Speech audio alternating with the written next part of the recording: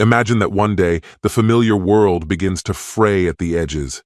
It doesn't explode, doesn't shatter all at once, just quietly crumbles like sand slipping through your fingers. You look at the person beside you and see everything except who they once were, as if your reflection no longer exists in their gaze. One evening, one word, one detail, and suddenly your reality is no longer yours. It's not the kind of pain that screams and tears you apart, but something deeper, heavy, like a stone you can't cast away. What do you do when the truth becomes sharper than a blade? When every gesture and word is a reminder of betrayal? When you look into the eyes of someone you trusted and see only a stranger? Sometimes the answer doesn't come right away. Sometimes it stretches through the night, seeps into the silence, fills the emptiness. Sometimes you have to fall apart to find your way back to yourself. Hello, my friend. I'm so glad you stopped by my channel. If it's your first time here, don't forget to subscribe and like this video, as every like truly inspires me. Please tell me which city and country you watch this video from. Now let's get started. You rarely notice the precise moment when your world begins to slip away. It's not a sudden break, more like the quiet unraveling of a thread, pulling loose at the seams. One day everything feels familiar, solid. Then suddenly, it doesn't. For me, the shift began on a Friday evening. Delilah told me she was going out to meet her friends from college. "Just a girls' night," she said with a casual smile, kissing my cheek on her way out. "Don't wait up." But of course I did. I always did. Midnight came and went, then 1 o'clock. I kept glancing at the clock, trying to seem relaxed. By 2, my phone felt like an extension of my hand. I told myself not to worry. I lied. Something wasn't right. At 2:30 a.m., the front door finally creaked open. I was already in the hallway, arms crossed, trying to keep my face neutral. And then I saw her. Delilah looked wrecked. Her hair was a mess. Streaks of mascara lined her cheeks. One of her heels dangled from her fingers. The strap of her dress had slipped off her shoulder. Her eyes avoided mine, glazed, distant. "You all right?" I asked, my voice low. She nodded a little too quickly. "Just tired?" she mumbled. "Can we talk tomorrow?" 100 questions surged to my lips. Where had she been? Who was she with? But I bit them back. I helped her up the stairs instead. When I leaned in to steady her, a strange scent of unfamiliar cologne drifted past me. Something inside me gave way. Still, I stayed quiet. For now. I helped her out of her clothes and pulled the blanket over her. She murmured something as she settled in. Faint, slurred, incomprehensible. She told me it meant nothing. I froze. "What was that?" I asked. But she was already drifting into a heavy, intoxicated sleep. I stood over her for a long time, staring at the woman I once knew, wondering when she'd become a stranger. Morning arrived, spilling light across the kitchen. I hadn't slept. My coffee sat untouched, gone cold hours ago. My thoughts looped around the same phrase from the night before. It didn't mean anything. What didn't? A moment? A lapse in judgment? A betrayal? The weight of it gnawed at me. At exactly 8:13 a.m., I heard her footsteps on the stairs. Delilah emerged, eyes bloodshot, hair tousled, one hand pressed to her temple. She looked unsure, bracing for silence or fury. "Hey," she said softly. I didn't speak, just pointed to the table. Her shoes sat there, scuffed and dirtied, next to the necklace she'd worn. It was broken. One of the beads had split clean in 2. I'd found it crushed in her bag, like it had been stepped on or yanked off. She followed my gaze. Her expression shifted. Color drained from her face, then rushed back in. "Luke, I can explain," she began. "I know how it must look." "Do you remember what you said last night?" I cut in. My tone was even, but I felt frozen from the inside out. She blinked, tried to recall. Then she sank into a chair and covered her face with her hands.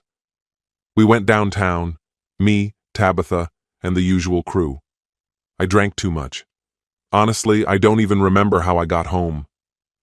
Tabitha said I fell near the Uber, she added. Dropped my purse, probably when the necklace broke. I let her talk. What about the dress? I asked. She hesitated, her voice faltering. I don't know. Maybe it ripped when I fell, or someone grabbed me by mistake in the crowd. It was packed. You know how it is when people drink too much. Her words tumbled out quickly, like she was racing to fill every gap before I could widen them. But her eyes never quite met mine. Her hands wouldn't stop moving. She was giving me a version of the night, but I couldn't tell if it was the real one. I didn't push. Not yet. Part of me still clung to the hope that I was wrong, that I was seeing patterns where none existed, that the worst-case scenario was still just a thought, not a truth. But deep down, I felt it. This was only the beginning. The days that followed blurred together. Delilah carried on like everything was fine, like nothing had happened that night. But I hadn't forgotten. Her excuses felt flimsy, the shattered necklace, the torn strap, the vagueness. I said nothing. I waited. Then came Thursday. I got home earlier than usual. My last meeting had been called off. Delilah had mentioned she'd be out running errands, and I thought maybe we'd spend some time together. Grab a bite, catch up, something simple, something steady. But when I pulled into the driveway, her car was already parked. I unlocked the door and stepped into silence, the kind that felt heavy, deliberate. Then I heard soft footsteps above. Laughter followed, light, carefree. Her voice floated down like nothing was broken. I moved toward the stairs, quiet and slow. At the top, I stopped short of the landing. Delilah was in our bedroom. The door was slightly ajar. "Oh my God, Aria, it was insane," she said, laughing without the slightest trace of guilt. Her tone was airy, almost flippant, like nothing that happened could possibly weigh on her. I didn't mean for it to go that way, honestly, but a few drinks in, and it just unfolded. She paused for a beat, her voice dipping, shaded with something dangerous, something exhilarating. "I wasn't expecting him to be that good," she continued, her words thick with memory. It was like he wasn't even human. The way he took charge, the way he moved, it was unreal. He just knew exactly what to do, and when. My jaw clenched so tight I heard a faint crack in my neck. She kept going, oblivious, like she was casually reading off a to-do list. "It was supposed to be a one-time thing," she said, matter of fact. "Just something I needed. Honestly, I've been feeling nothing. For a while." "Luke's great," she added, almost as if she felt obligated to say it. "He really is. But it's like I'm invisible to him now. Anthony sees me, really sees me." And there it was, his name finally out in the open. Anthony. She gave a soft, dreamy laugh. "I already told him I'm coming back tomorrow. Same hotel, same room, same time." Her voice practically hummed with anticipation. "And there's no way I'm missing it." There wasn't even a flicker of remorse, no hesitation. She didn't sound like someone wrestling with a decision. She sounded like someone booking a weekend getaway or talking about a concert she'd waited months to attend. I stood frozen, hands gripping the railing until my knuckles turned white, heart pounding, every word a fresh blow to the chest. My ears started to ring. For a second, I wasn't sure if I was going to stay on my feet. I should have barged in. I should have made her say it to my face instead of whispering it like some giddy confession to her best friend. But I didn't. I turned around and walked back down the stairs. Each step dragged heavier than the one before, because now I knew. And that knowing, the certainty, cut deeper than any fight ever could. This wasn't some accident she regretted. This was a choice, a deliberate path she was continuing to walk. She wasn't tormented, she was glowing. And as I stood at the bottom of the stairs, something inside me hardened. No yelling, no begging for honesty. I would gather every last piece of truth she'd hidden, and I would let it bury her. That night, after she went to bed, I did something I never thought I would. I picked up her phone. She hadn't even changed the passcode. Maybe she thought I didn't have it in me to look. The first thing I saw was a thread labeled A. Anthony. My stomach dropped. I tapped it open. Dozens of messages. They weren't graphic. She was smarter than that. But the meaning was obvious. "You looked incredible that night," he'd written. "I haven't stopped thinking about you." And her reply? "I've been counting the hours. I need tomorrow to come faster." I leaned back, staring at the screen, a hollow ache spreading through my chest. I had to know who this guy really was. His full name was right there in her contacts. A quick search told me everything. Social media painted the rest of the picture. Anthony was married. His wife's name was Ellie. They had 2 kids, a boy and a girl. His page looked like something out of a Hallmark ad. Birthday parties, fishing trips, Halloween costumes. He looked like a man who had it all. And just like Delilah, he was throwing it away behind closed doors. The next evening, she got dressed like she was preparing for something sacred, because to her, that's exactly what it was. I watched from the kitchen as she stood in the hallway mirror, painting on lipstick like war paint. That red blouse? She hadn't worn it in over a year. It clung to her, low-cut and unforgettable. That shirt was for being seen. Her heels echoed with sharp confidence as she crossed the floor. She picked up her purse and tossed out a casual, "Heading out," without even looking at me. "Where you going?" I asked, voice flat as ice. "Girls' night, Tabitha's birthday." The lie rolled off her tongue like she'd practiced it. I nodded slowly. Let the silence stretch. Let her wonder what I was thinking. "Tell her I said happy birthday." She smiled, tight, rehearsed, and walked out like nothing was wrong. I gave it 2 minutes. Then I grabbed my keys and followed. Her taillight slipped into the traffic, and I kept my distance. No sudden moves, no headlights too close. Just the quiet shadow of someone who sees everything. She drove into the city and parked behind a nondescript bar, the kind of place people choose when they don't want to be found. I waited from across the street, engine off. 10 minutes passed. Then a sleek car pulled up. He stepped out like he'd walked off the cover of a magazine. Every detail perfect. His coat, his hair, his posture. He glanced at his phone, checked his surroundings, and leaned against his car like he owned the night. Then she appeared, Delilah, coming down the sidewalk like it was a scene written just for her. She didn't look around, didn't hesitate, just walked right up to him. And there, in the open, they kissed, like they had every right to. Her arms wrapped around his neck, his hands firm on her waist. No hesitation, no shame. She laughed, carefree and light, as he whispered something in her ear. And her smile, it was the smile of a girl who'd just climbed out her bedroom window and gotten away with it. I lifted my phone and started snapping pictures. One caught their kiss, another froze them mid-embrace. The last showed her staring up at him like he'd just solved every question she'd been carrying. My gut twisted, sick, empty, cold.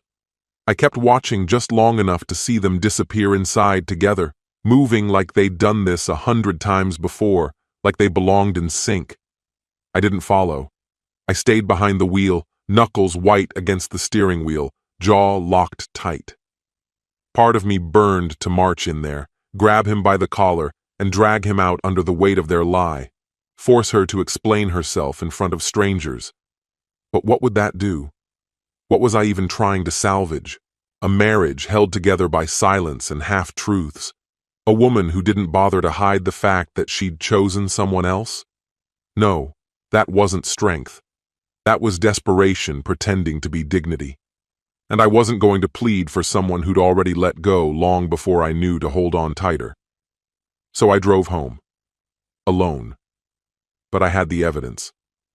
That night, I called a locksmith.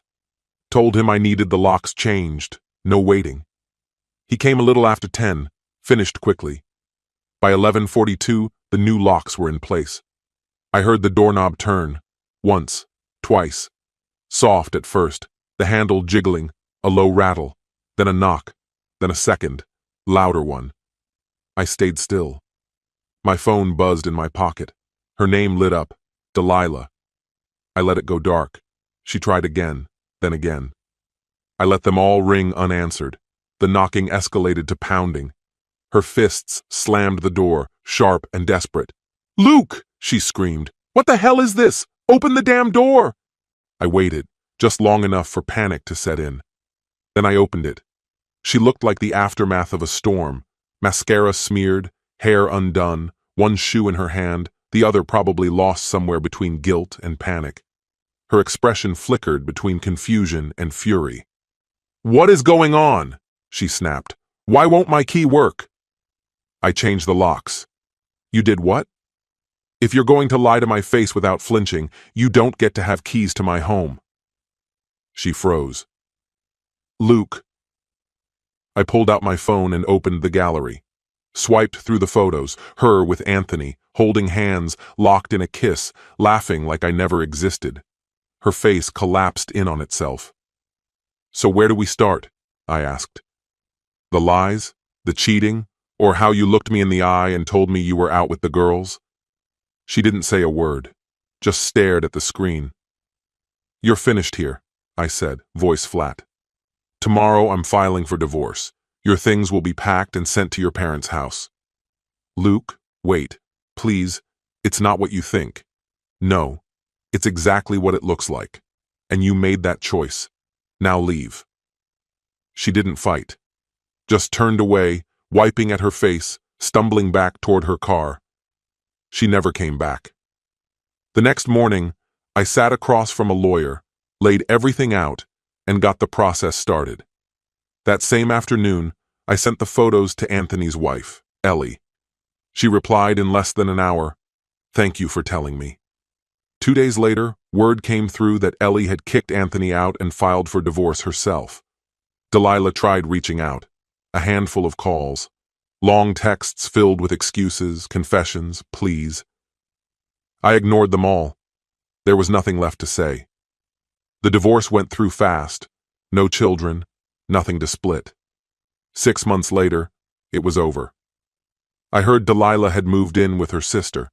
Some mutual friends said she tried to get back in touch with Anthony, but he'd shut her out. Maybe his world fell apart harder than hers, or maybe finally he saw her for who she really was. I didn't care either way. I was free. At first, the quiet was sharp.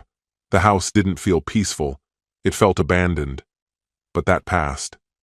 I started working out again, took a solo trip to the mountains, surrounded myself with real people, the kind who speak plainly, love honestly. I laughed again, slept through the night without waking in anger. I wasn't searching for someone else. I was rediscovering the man I used to be. And I found him. Delilah lost a man who would have gone to war for her. I lost someone who was never truly mine. But I found myself, and in the end, that was everything. This story has come to an end.